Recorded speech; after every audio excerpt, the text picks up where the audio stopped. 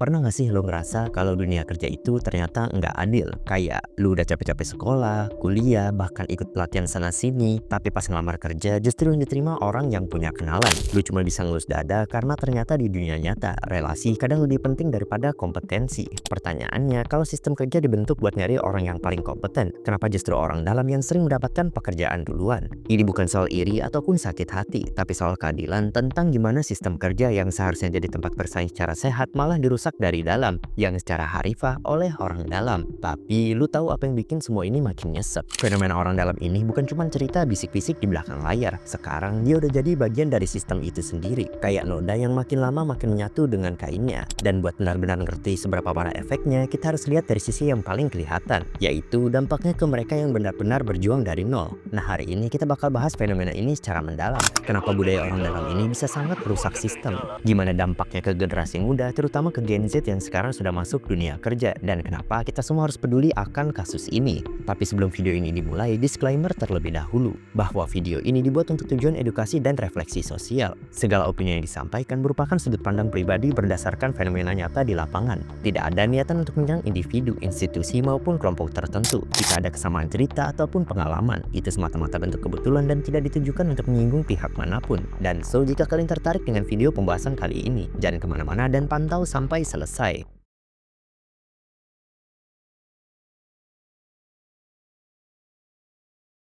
Pertama-tama, mari kita luruskan dulu. Punya relasi dalam dunia kerja itu bukan hal yang salah. Networking itu merupakan hal yang sangat penting. Tapi yang jadi masalah adalah ketika relasi menggeser kompetensi. Contoh gampang yang lo apply ke sebuah perusahaan besar. Udah lengkap portofolio, IPK oke, pengalaman magang juga ada. Tapi yang lolos justru anak teman manajer HRD. Padahal skillnya ya biasa-biasa aja. Bahkan interview pun dijalankan dengan setengah hati. Tapi karena dia orang dalam, prosesnya jadi sebuah formalitas doang. Dan ini merupakan kejadian nyata di banyak perusahaan milik negara, bahkan institusi pemerintah. Banyak laporan dari orang dalam sendiri yang ngakuin kalau posisi strategis seringkali udah dikunci dari awal. Lowongan yang dibuka cuma formalitas dan orang yang bakal duduk di kursi itu udah ditentukan sejak awal. Lalu gimana nasib ribuan pelamar lainnya? Jawabannya ya cuma jadi angka. Sistem rekrutmen jadi kayak sandiwara, dan akhirnya orang-orang yang seharusnya bisa membawa perubahan positif akhirnya kalah sebelum pertandingan dimulai. Dan yang lebih gila lagi, budaya ini udah dianggap biasa aja, kayak bagian dari sebuah kebijakan internal. Tapi pertanyaannya, kalau semua orang ikut arus yang salah, kapan kita bisa memperbaiki sistem yang udah rusak ini? Sekarang kita bahas dampaknya. Generasi muda, khususnya Gen Z, adalah generasi yang tumbuh dengan nilai transparansi, keadilan, dan meritokrasi. Kita adalah sebuah generasi yang didorong untuk selalu mengembangkan diri, ikut pelatihan, update skill, bikin CV sebaik mungkin. Tapi di lapangan kita ketemu sebuah tembok yang gak kelihatan, yaitu orang dalam. Coba lu bayangin, lu udah ngerasa siap, tapi setelah beberapa kali apply, lu mulai sadar bahwa yang dicari bukan orang yang terbaik, tapi melainkan orang yang benar-benar dekat. Dan hal ini bikin banyak anak muda kehilangan motivasi. Mereka menjadi skeptis dengan sistem. Mereka mikir, ngapain gue belajar keras kalau hasilnya ditentukan sama siapa yang lu kenal. Dan dari sinilah lahir mentalitas putus asa. Dari mulai berhenti nyoba, mencari jalan pintas, atau yang lebih parah ikut-ikutan main dengan cara kotor. Bahkan di beberapa kasus, budaya kenal duluan biar dapat kerja itu udah jadi obrolan sehari-hari. Dan ada yang bilang punya koneksi lebih penting dari sebuah nilai. Dan celakanya banyak orang yang percaya itu sebagai sebuah kebenaran baru. Dan dari kondisi ini menciptakan sebuah jurang yang panjang antara mereka yang punya akses dan mereka yang enggak.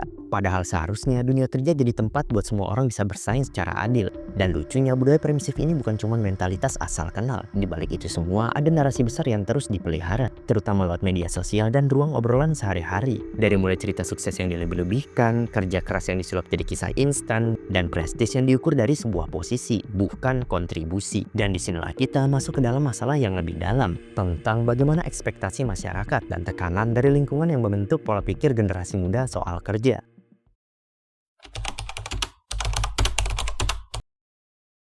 Lu tahu nggak apa dampak jangka panjang dari budaya orang dalam ini? Jawabannya, organisasi jadi mandul. Bayangin, posisi penting diisi sama orang yang gak kompeten. Mereka masuk bukan karena mereka bisa, tapi karena mereka kenal yang di atas. Akhirnya banyak tugas yang gak kelar, banyak keputusan yang salah, dan kerja tim jadi berantakan. Contoh realnya, lihat di beberapa instansi pemerintah atau lembaga negara yang semrawut. Banyak program yang gak jalan, proyek yang mangkrak, dana yang bocor, dan keputusan yang gak nyambung dengan kebutuhan masyarakat. Kenapa bisa begitu? Karena posisi yang krusial diisi bukan sama ahli, tapi sama orang titipan. Hal kayak gini juga terjadi di sektor swasta. Gua pernah dengar cerita dari karyawan di perusahaan swasta Jakarta. Ada satu manajer yang masuk karena sepupu dari direktur. Skill leadershipnya nol, tapi tetap dapat posisi. Dan akhirnya satu divisi hancur, orang-orangnya resign, performanya turun, dan banyak target yang nggak tercapai.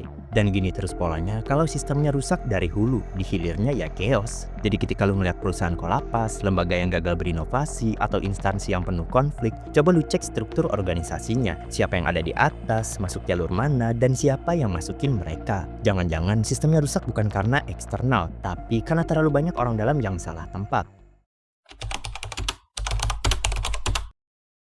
Lu pernah kepikiran nggak kenapa sih budaya orang dalam ini bisa begitu ngakar di dunia kerja kita? Maksud gua, ini bukan soal individu yang pengen bantu temen atau saudara. Ini udah jadi sistem tak kasat mata yang kayaknya semua orang udah tahu, tapi memilih untuk pura-pura nggak tahu. Fenomena ini bukanlah fenomena baru, tapi efeknya makin kerasa karena makin hari makin banyak orang yang sadar kalau usaha keras ternyata nggak selalu jadi penentu. Kalau kita tarik ke konsep sosiologi, ada istilah yang namanya patron-client system. Ini adalah sistem sosial yang lumrah di banyak negara berkembang, termasuk di negara kita.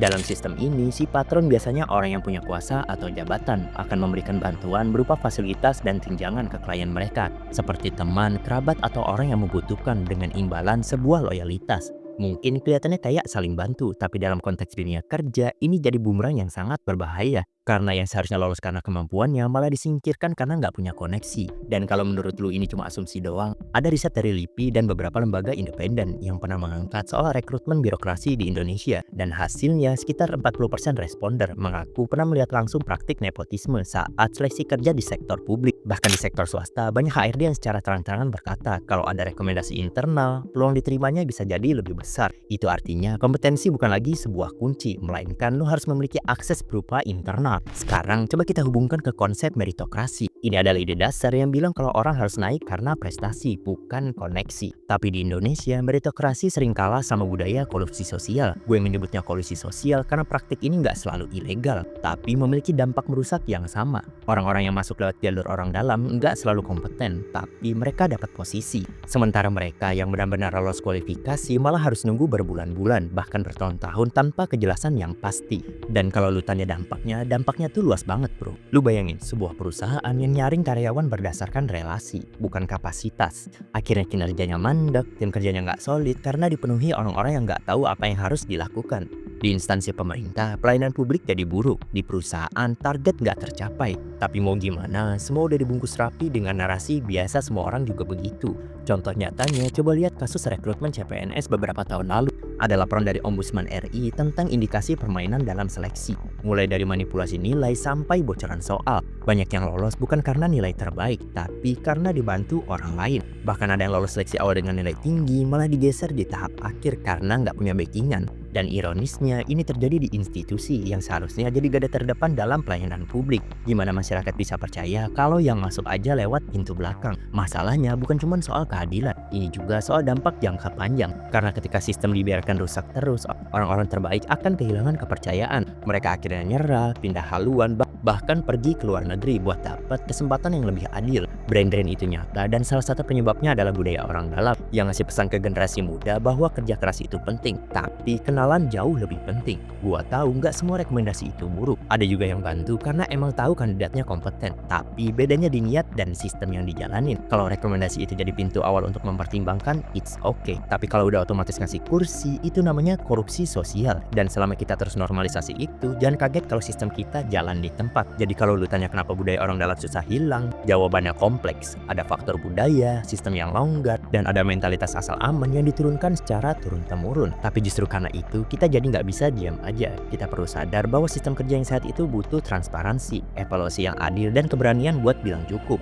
Dan setelah semua yang kita bahas, dari mulai realita yang terjadi, praktik yang dipelihara, sampai konsep dan riset yang membuktikan betapa bobroknya sistem ini, kita harus tanya lagi, sampai kapan? Karena masalahnya bukan soal 1-2 kasus, tapi soal pola yang terus berulang, diterima bahkan dibenarkan. Dan kalau kita udah ngerti akarnya, udah lihat dampaknya, tapi tetap memilih diam atau pura-pura nggak tahu, maka kita sebenarnya bagian dari masalah itu juga. Jadi sekarang bukan cuma waktunya buat nunjuk siapa yang salah, tapi waktunya buat duduk sebentar, tarik napas, dan mulai nanya, gua mau jadi bagian dari sistem yang kayak gimana? Karena jawabannya ada di pilihan yang kita ambil. Kita ambil hari ini, besok, dan seterusnya. Lu tahu, kadang kita terlalu sibuk buat nyalahin sistem sampai kita lupa untuk berkaca pada diri kita sendiri. Iya, memang sistemnya rusak. Ya, orang dalam itu nyata dan bikin banyak orang kecewa. Tapi kalau kita cuma diam, cuma ngomel, atau malah ikut-ikutan main di jalur yang sama, ya kita nggak beda jauh dengan mereka yang kita kritik. Buat lu yang sekarang ngerasa stuck, ngerasa kalah sama yang punya koneksi, gua paham. Rasa frustasi itu valid, tapi jangan sampai bikin lu berhenti. Karena dunia kerja emang nggak adil, tapi lu tetap bisa jadi bagian dari perubahan kecil yang konsisten.